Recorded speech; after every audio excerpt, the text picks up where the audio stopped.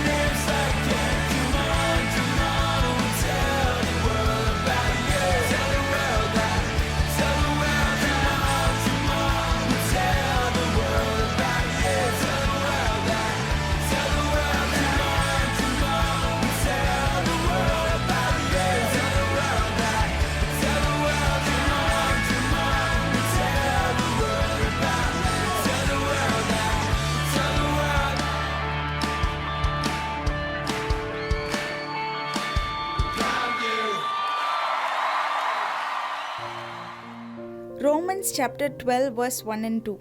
Therefore I urge you, brothers and sisters, in view of God's mercy, to offer your bodies as a living sacrifice, holy and pleasing to God. This is your true and proper worship. All to Jesus I surrender, all to Thee I freely give. I will ever love and trust You in Your presence daily live. I surrender all. I surrender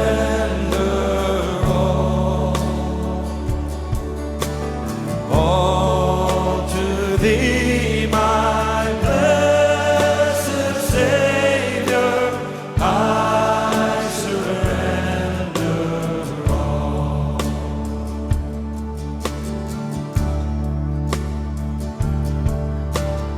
All to Jesus I surrender, Lord. I give myself to Thee. Fill me with Your love and power. Let Your blessing fall on me. I surrender all. I surrender all to Thee, my blessed Savior. I surrender all.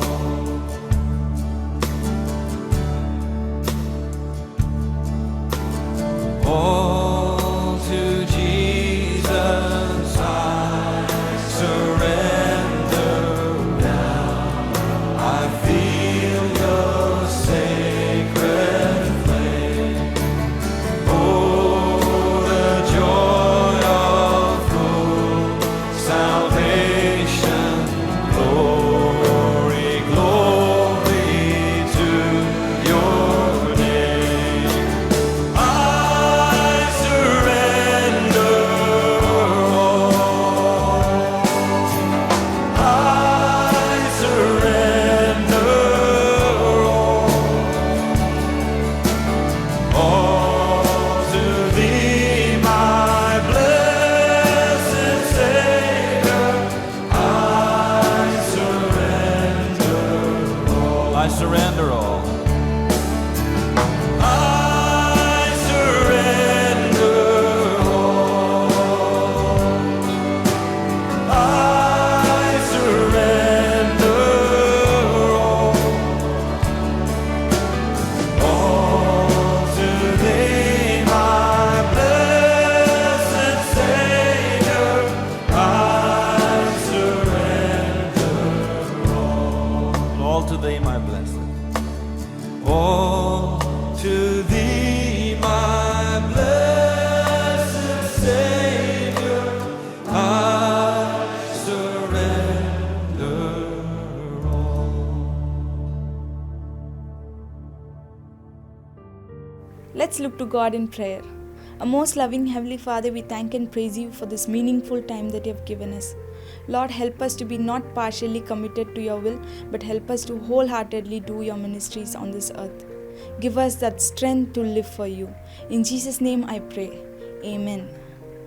Thank you, worship team. Thank you so much for leading us into a time of worship and inspiring us to honor God and to praise Him, for He dwells in the praises of His people. And as we come to Him in adoration, we know that He is in our midst. So we want to thank you for leading us in that inspiring time of worship. Right now, as we prepare our hearts to receive God's word, and I want you to focus on what God is speaking to us as a church. And as we have dedicated this month of November as the missions month, may you have a missional mindset, a global mindset to go forth with the mandate of God, that is to proclaim the gospel to all nations. And you are part of that plan.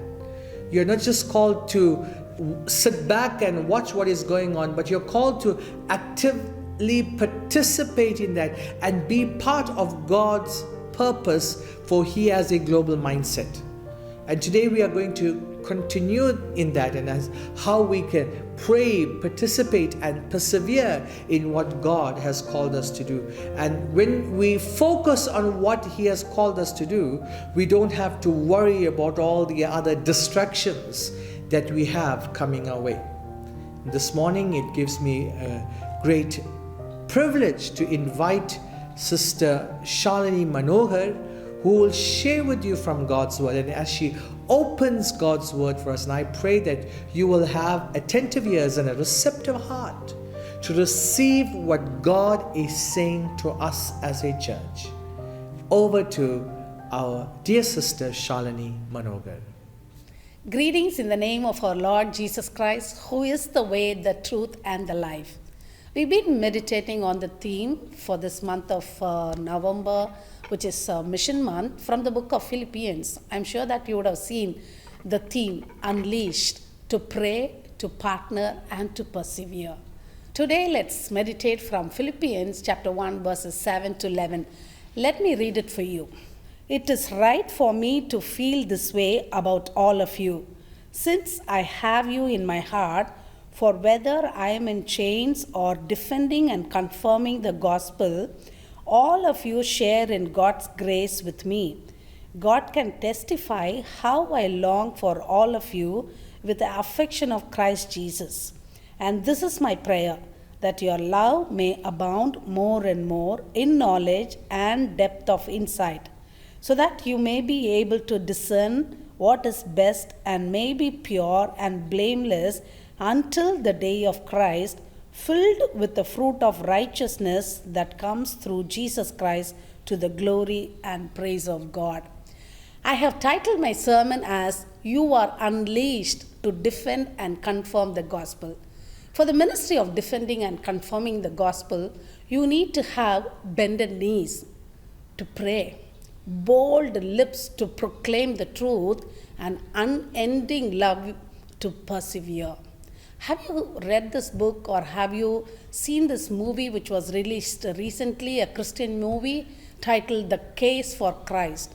It's a true story of a famous author and apologist, Lee Strobel. In 1980, Lee Strobel, award-winning investigative reporter, he had a promotion to legal editor at the Chicago Tribune. So they moved to Chicago. In an interview recently, he was talking about how he came to know the Lord. He said he was an atheist. Because he was an atheist, actually he had a different life. He concluded the best way to live his life was as a hedonist, just pure pleasure. This is all you get in this world. So that his number one goal in life, he said, to bring maximum pleasure into his life. And so he lived a very immoral, drunken, profane, really self-destructive life. That was his total life. He was an atheist. But what happened, after they moved into Chicago, they were living in a condo. And his wife, Leslie, and the neighbor, Linda, they become very good friends. And Linda really played an invisible but inevitable role in Leslie's life. It was very natural for Linda to talk to Leslie about Jesus, since Jesus was such a big part in Linda's life. As the days went by, Linda was really praying for this whole episode of her journey with Leslie, and she kept inviting Lee's wife, Leslie, to go to a church with her. In order to just get rid of her nagging or her constant perseverance, Leslie one day agreed, okay, let me go with you. And they went to Willow Creek Church. Leslie, when she attended the service, she was so impressed in her heart, she wanted to go back again and again. And over the prayer, over the period, prayers of friends like Linda and hearing the truth led Leslie to have a personal relationship with Jesus and accept him as her savior. The whole life changed for Leslie. Even the way she was living, the way she was responding, the way she was making decision had a huge impact, and it was entirely different. Lee Strobel really watched over this changed, transformed life. And he couldn't really understand how can a person can change just attending a church and listening to something, because he was thinking the mere concept of all-knowing, all-powerful, all-loving creator were absurd on the face of it. So what happened, he had a hard time accepting his wife's new interest, and he didn't want to be married to a Christian. But one day what happened, Lee wanted to tag along with his wife to the Sunday service. And following the sermon on basic Christianity, Lee felt inspired to use his journalist skills to disprove it. That journey took almost a year and 9 months, and he was going on researching, looking for evidence, and he wanted to write down the pros and cons of Christianity. Then Lee Strobel interviewed 13 well-respected authorities for historical evidence on the existence of Jesus. He explored questions like, can evidence for Jesus be found outside the Bible? Are there any grounds to believe the resurrection actually took place? How much trust should we put in what is stated in the New Testament? In the end, he became personally convinced that based on the historical evidence of the resurrection, that this is actually true. Strobel accepted the Lord Jesus Christ as his personal savior. Strobel said the end result of his research and looking for evidence led him to Jesus Christ. Additionally, he said, the way I could witness a transformed life in my wife's life, that really had an impact. The Lord started to work much earlier in Lee's life. It started from Linda to Leslie, and from Leslie to Lee Strobel. The journey of finding evidences ended as most notable book in his best-selling autobiography, The Case for Christ, which narrates his transformation from an atheist into a believer. A consistent prayer and perseverance of Linda led Leslie to find Jesus Christ. In turn, Leslie's prayer, proclamation, perseverance, and lifestyle led Lee Strobel to find Jesus Christ. The story does not end there. Through Lee Strobel's books and ministry, even today, many thousands of people are coming to know the Lord Jesus Christ. He is the Savior. He is the true living God. It's an unending and ongoing story of defending and confirming the gospel. It's amazing to see how the Lord starts with one person, then enables the ripple effects to reach thousands of people through generations.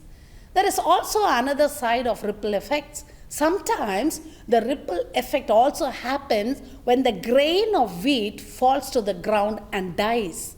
Do you remember what happened 20 plus years back to Dr. Graham Staines and to his sons, Philip and Timothy?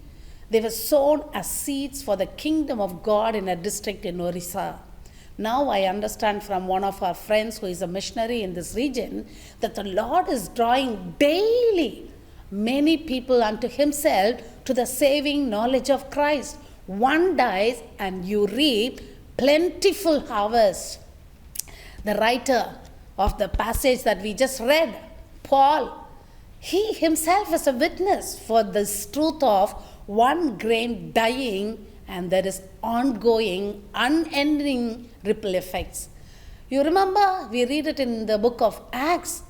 When Stephen was stoned to death, the Bible records that his clothes were kept at the feet of a young man called Saul. the persecutor of followers of Christ. Saul the Paul was standing not knowing the formula of the kingdom of God. One grain dies and the end result is plentiful harvest. In fact, Paul was writing this epistle. He was chained between two soldiers in prison, and every 6 hours there was a change of prisoners. Paul had a ready-made audience to proclaim the good news of Jesus Christ. From the passage we read, we can understand that defending and confirming the gospel starts with your own personal experience of knowing the Savior.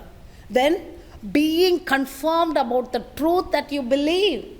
Then, you cannot contain the truth that you know, and you need to, and you ought to, and you will spontaneously proclaim it to the others with a heart of love and perseverance. That's what the passage that we read, it is highlighting.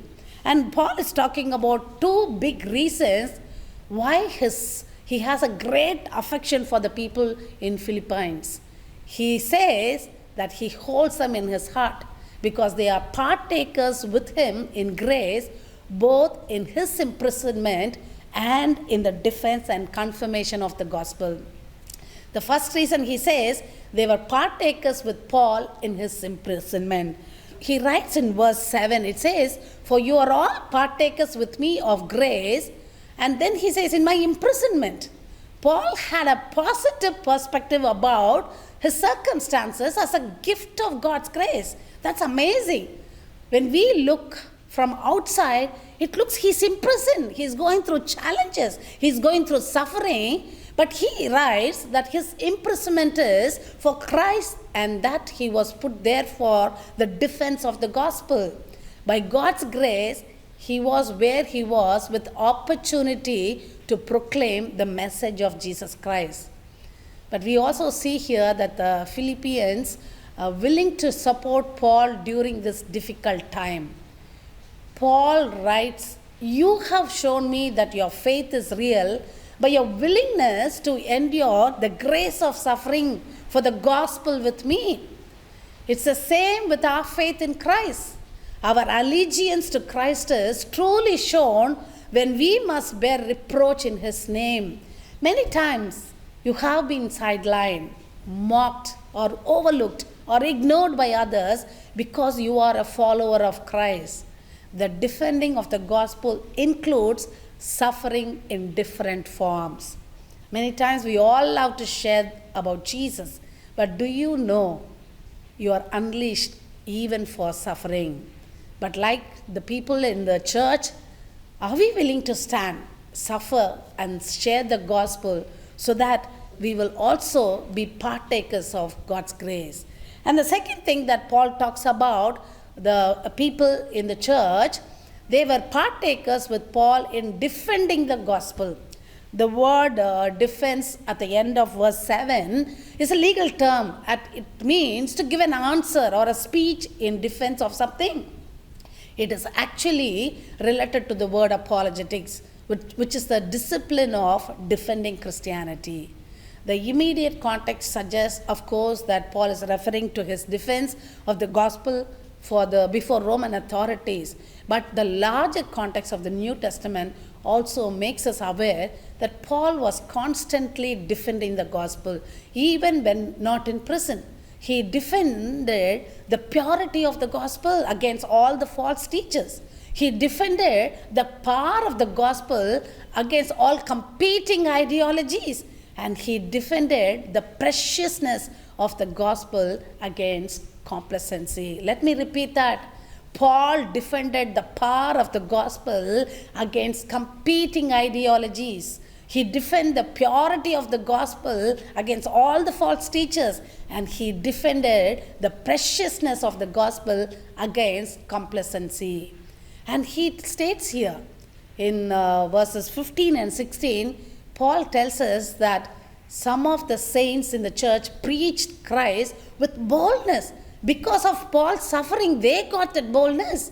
Knowing that he was defending the gospel while in prison, why can't I do it? Defending the gospel requires prayer, knowledge, discernment, proclamation, perseverance, and suffering. Paul prayed that they would continue to grow in love for all the things of God, but they would also excel in knowledge and develop discernment. They were partakers with Paul in the confirmation of the gospel. The word confirmation in verse 7 is also a legal term. It means to establish the validity of something.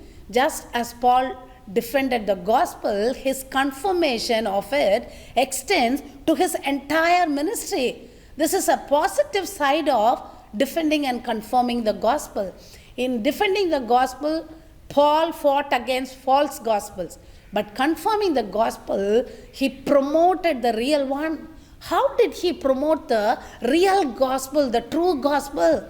If you read in Corinthians chapter 10 verses 31 to chapter 11 verse 1, Paul says this: so whether you eat or drink or whatever you do everything for the glory of God.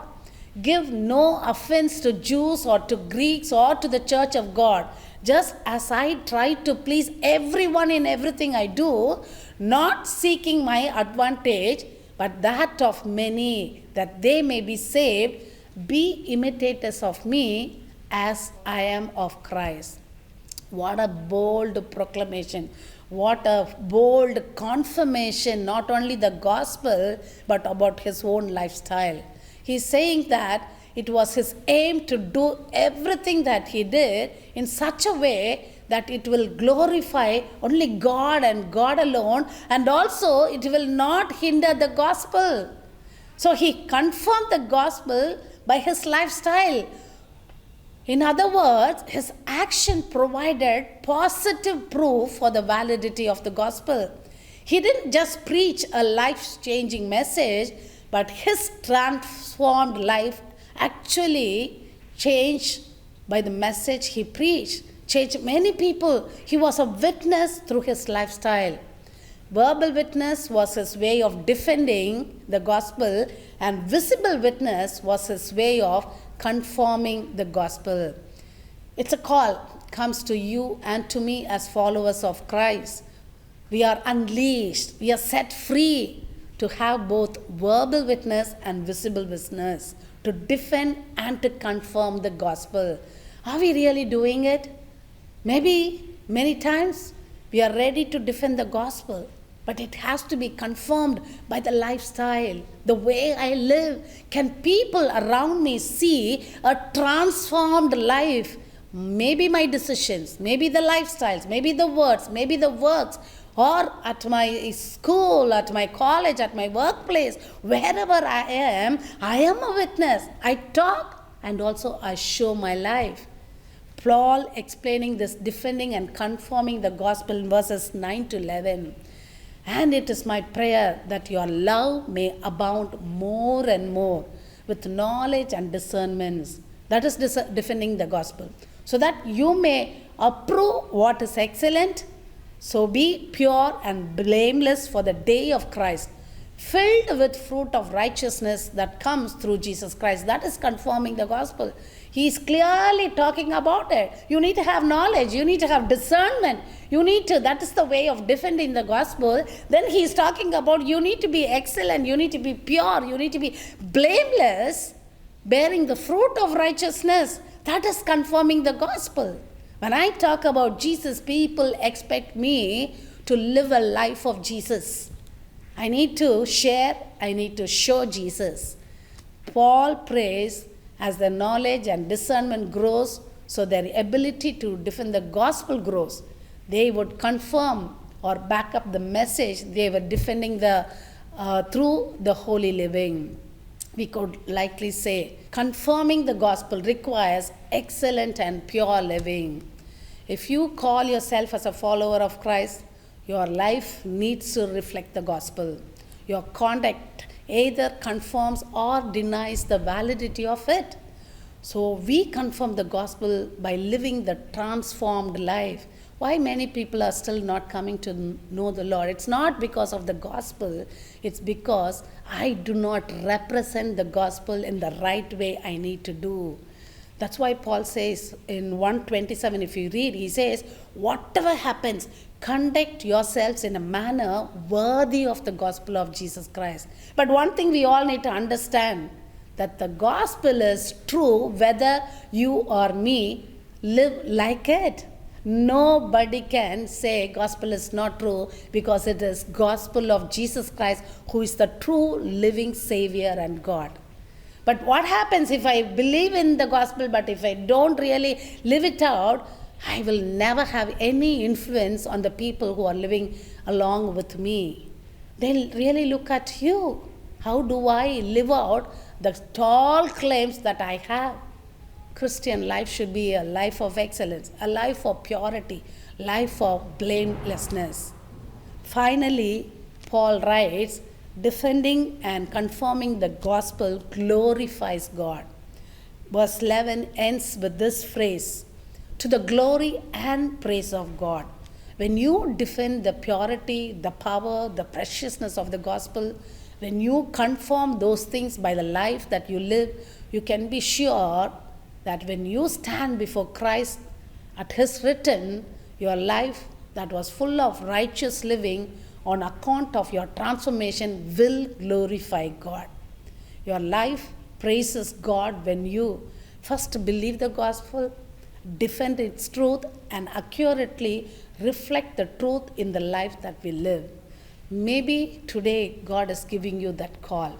Those who believe Jesus Christ, those who follow Jesus Christ, a call, because you are unleashed, you are set free to defend the gospel and to confirm the gospel through two witnesses, verbal witness, a visible witness. Enjoy this freedom that God has given, and the Lord, the Holy Spirit, will empower you to live a life worthy of this gospel. May God bless you. Rescue the perishing, care for the dying, snatch them in pity from sin and the grave.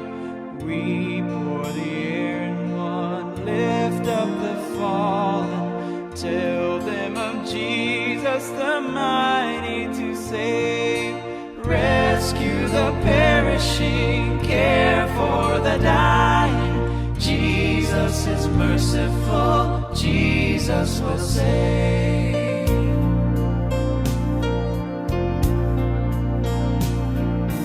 Though they are sliding hills, still he is waiting, waiting the penitent child to receive. Plead with them earnestly, plead with them gently, he will forgive if they only believe. Rescue the perishing, care for the dying. Jesus is merciful, Jesus will save.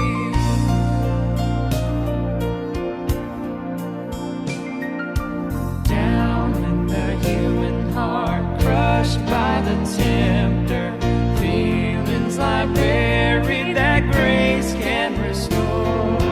Touched by a loving heart, wakened by kindness, chords that are broken will vibrate once more. Rescue the perishing, care for the dying. Jesus is merciful, Jesus will save.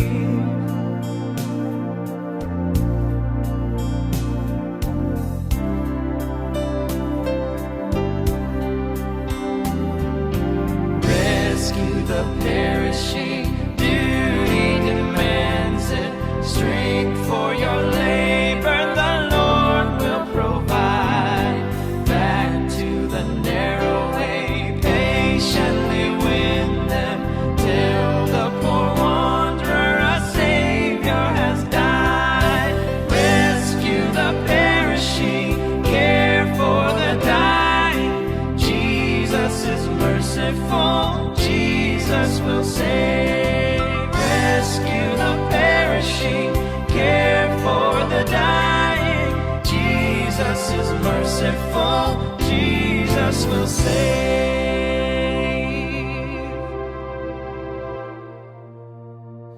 We thank the Lord for challenging us with His word this morning. And this word will become powerful once we apply it and put it into practice in our lives. And I know that God is speaking to you, and God has spoken through His servant this morning. May you be challenged. May you be lifted up from your circumstance to become an active participant in the will and the plan of God. Shall we pray? Heavenly Father, we come to you through your Son Jesus Christ, thanking you, O Lord, that you have not left us destitute, but you have called us to become your children and have equipped us for a purpose to be part of the mandate that you have called us to go forth and proclaim the gospel of Jesus Christ. We thank you for your word this morning, that your word will find an abiding place in our hearts, that will help us to fulfill our purpose so that we can be victorious in this journey of life for you as you guide us and guard us through your love. In Jesus' name we pray. Amen. Receive the blessings this morning. And now may the threefold blessings of God the Father, God the Son, and God the Holy Spirit rest and abide in each and every one of us till that glorious day we all see Jesus face to face. Amen. Thank you for joining us. Do remember to join us same time, same place here at New Calvary Church. God bless you. Have a victorious week.